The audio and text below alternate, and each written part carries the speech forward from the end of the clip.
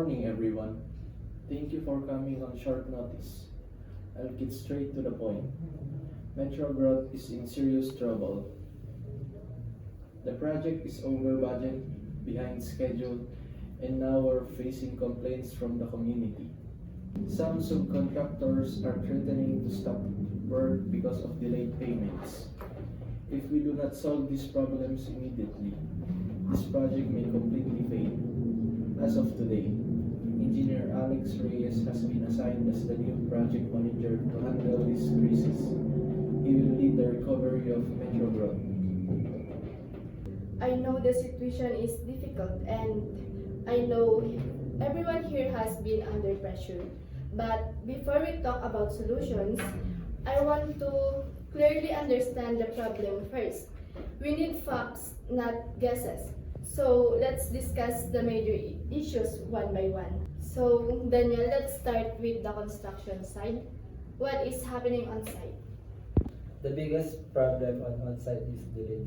Demolition took longer than expected because of some old factory structures are much unstable than our original assessment.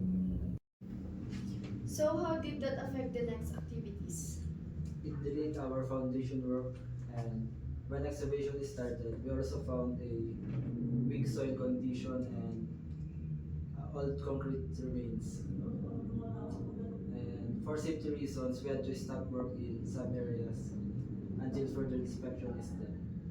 So the schedule was already affected before construction of new buildings even begun. Yes, sir.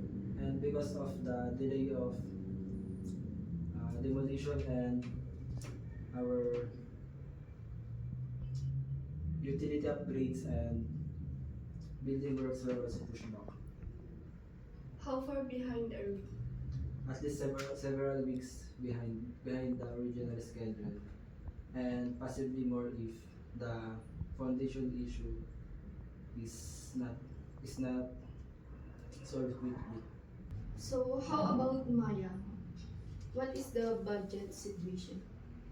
The project has already gone over the approved budget, and one of the biggest reasons is the hazardous waste found in the old industrial buildings, and its removal and the disposal cost much more than what was originally estimated. How much more?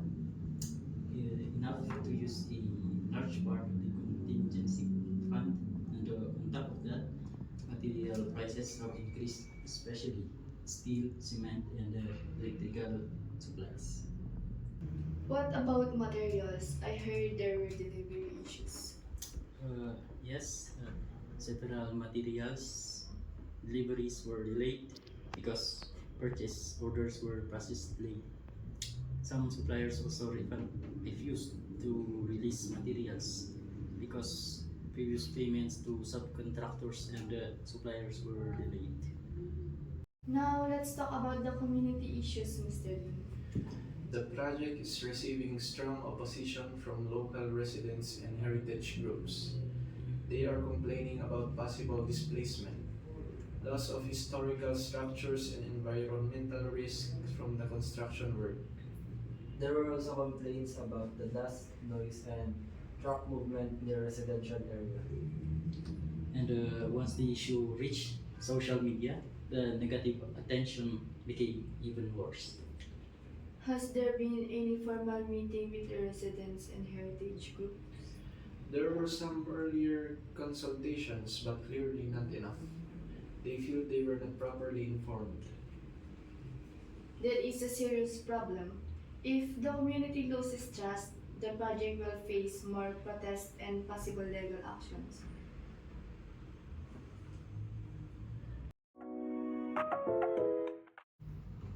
So yesterday, we identified the major problems of the project. Today, we need to go deeper. We need to understand the root causes and decide what actions we will take immediately. So we already know the problems: delay in construction, budget overrun, procurement and material issues, and the community complaint. Mrs. De La Cruz. The community still has concerns, but people appreciated the consultation. They want updates on the warehouse preservation plan and environmental safety measures. Well, provide them this week.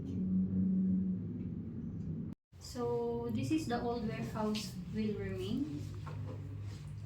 Yes, the revised design keeps the main structure and integrates it into the development as a public use or heritage space. That will matter to many people in the community. We're trying to balance development with preservation and won't solve every concern, but it is a step in the right direction. It is.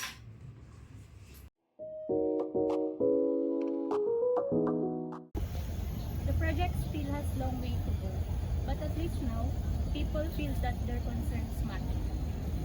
And from the owner's side, the project is no longer drifting without direction. Costs are being monitored, materials are properly coordinated, and decisions are properly documented. This site is moving again because the schedule now is reflects reality, not assumptions. That's what project management should do. It doesn't remove every problem, but it helps a team face problems in the right way. By listening, By planning, By coordinating, By making responsible decisions. and by staying accountable.